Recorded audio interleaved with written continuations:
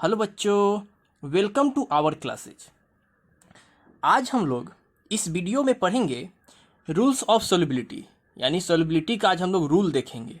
Solubility का मतलब क्या है कि हम लोग ग्रुप लेंगे कंपाउंड्स का, उस कंपाउंड्स में हम लोग देखेंगे कि कौन सा कंपाउंड्स वाटर में सोल्यूबल है और कौन सा कंपाउंड्स वाटर में सोल्यूबल नहीं है।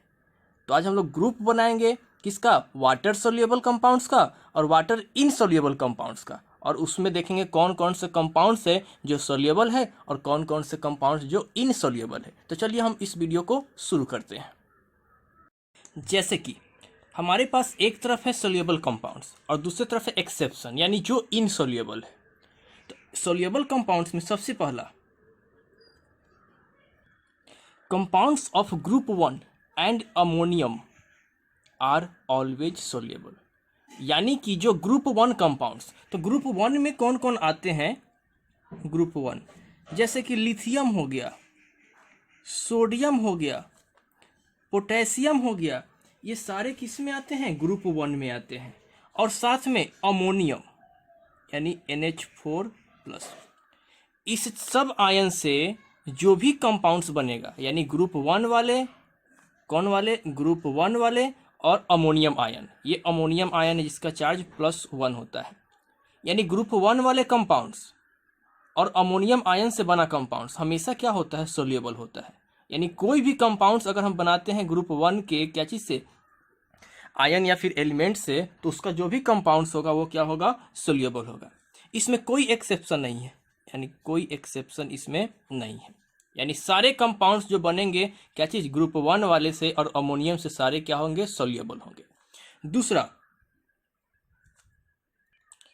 All chlorides, bromides and iodides are soluble, यानी जितने भी क्लोराइड्स होते हैं, यानी Cl- क्या चीज़, ब्रोमाइड Br- और आयोडाइड I-, ये सारे सोल्यूबल होते हैं। क्या होते हैं, सोल्यूबल। कुछ एक्सेप्शन भी हैं, जैसे कि क्या चीज़, chlorides, bromides and iodides of silver, mercury and lead are insoluble, यानी कि जितने भी कंपाउंड्स होते हैं किसके, क्लोराइड्स के, ब्रोमाइड्स के और आयोडाइड्स के, ये सारे सोल्यूबल होते हैं। लेकिन एक्सेप्शन में है कि सिल्वर के क्लोराइड यानी AgCl, सिल्वर का ब्रोमाइड यानी AgBr, सिल्वर का आयोडाइड यानी AgI, उसी तरह से क्या चीज, सिल्वर का हो गया Hg यानी मरकरी का क्लोराइड HgCl2, मरकरी का ब्रोमाइड HgBr2 और मरकरी का आयोडाइड यानी HI2। उसी तरह से क्या चीज, लेड का PbCl2, PbBr2 और साथ में क्या चीज, PbI2, ये सारे इनसोल्यूबल होते हैं। इसके अलावा जितने भी हैं ये सारे क्या हैं, सोल्यूबल हैं।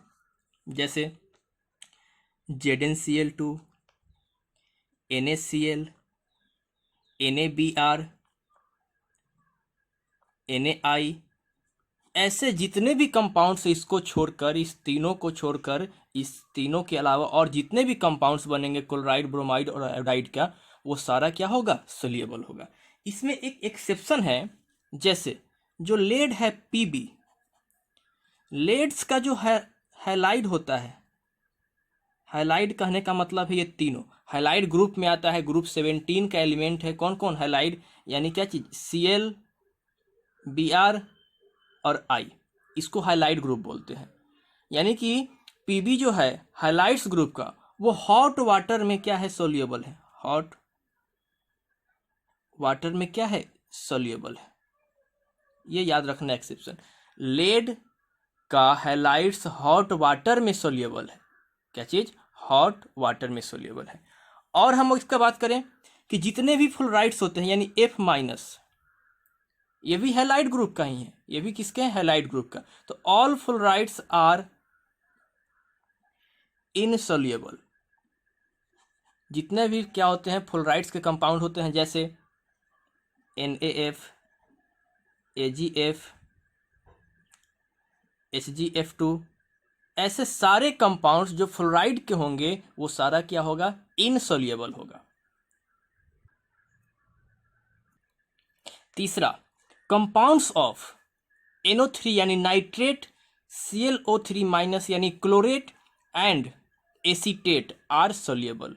NO3 का मतलब नाइट्रेट, ClO3 माइनस का मतलब क्लोरेट, और CH3COO माइनस यानी एसीटेट, यानी इसके जितने भी कंपाउंड्स होंगे ये सारा क्या होगा, सोल्यूबल होगा।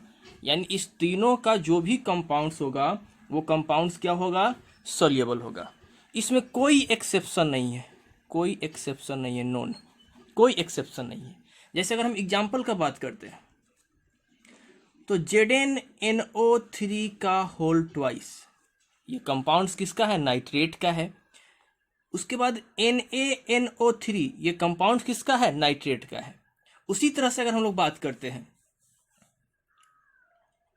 NaClO3, sodium chlorate, sodium chlorate, ये भी किसका कंपाउंड है, क्लोरेट का है। ये सारे क्या होंगे, सोल्यूबल होंगे, क्या चीज में, वाटर में। तो ये सारे क्या हैं, compounds of nitrate, chlorate and acetates are soluble. इसमें कोई एक्सेप्शन है, यानी कोई इनसोल्यूबल नहीं है। नेक्स्ट है compounds of sulphate are soluble, यानी कंपाउंड्स सल्फेट का जो भी होता है वो सोल्यूबल होता है। एक्सेप्शन में है कुछ, इसमें थोड़ा ज़्यादा है, यानी कि सल्फाइड, क्या चीज़, sulphate of calcium, barium, mercury 1 यानी मर्क्यूरस, मरकरी 2 यानी मर्क्यूरिक, लेड एंड सिल्वर, इसके क्या चीज़, कंपाउंड्स कौन सा, सल्फेट वाला, वो क्या होगा, इनसोल्यूबल होगा।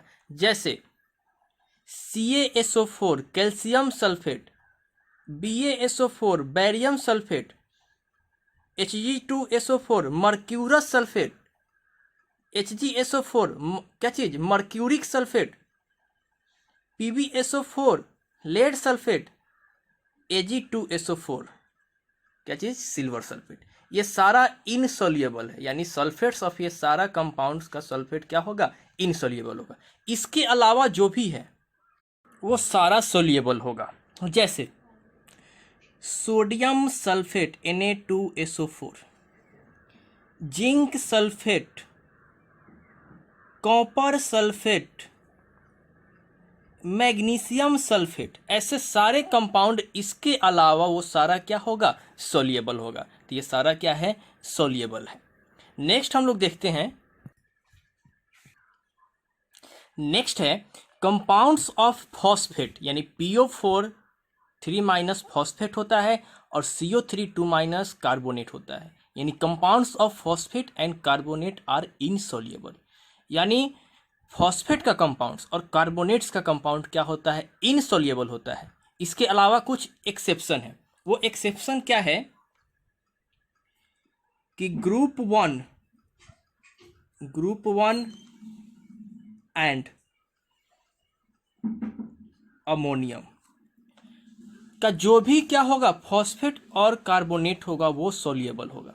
यानी क्या चीज, ग्रुप 1 एंड NH4 क्या चीज, phosphates and carbonates are soluble. इसके अलावा, यानी इस दोनों के अलावा ग्रुप 1 में कौन कौन आता है बताए हैं, सोडियम हो गया, प्लस लिथियम हो गया, पोटेशियम हो गया, ये सब किसके हैं, ग्रुप 1 वाले हैं। तो इसका कार्बोनेट और या फिर फॉस्फेट वो क्या होता है, सोल्यूबल होता है।